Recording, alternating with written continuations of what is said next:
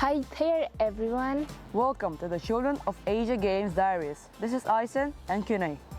Today, along with our friends, we'll be sharing the latest and the most thrilling updates about the Children of Asia Games.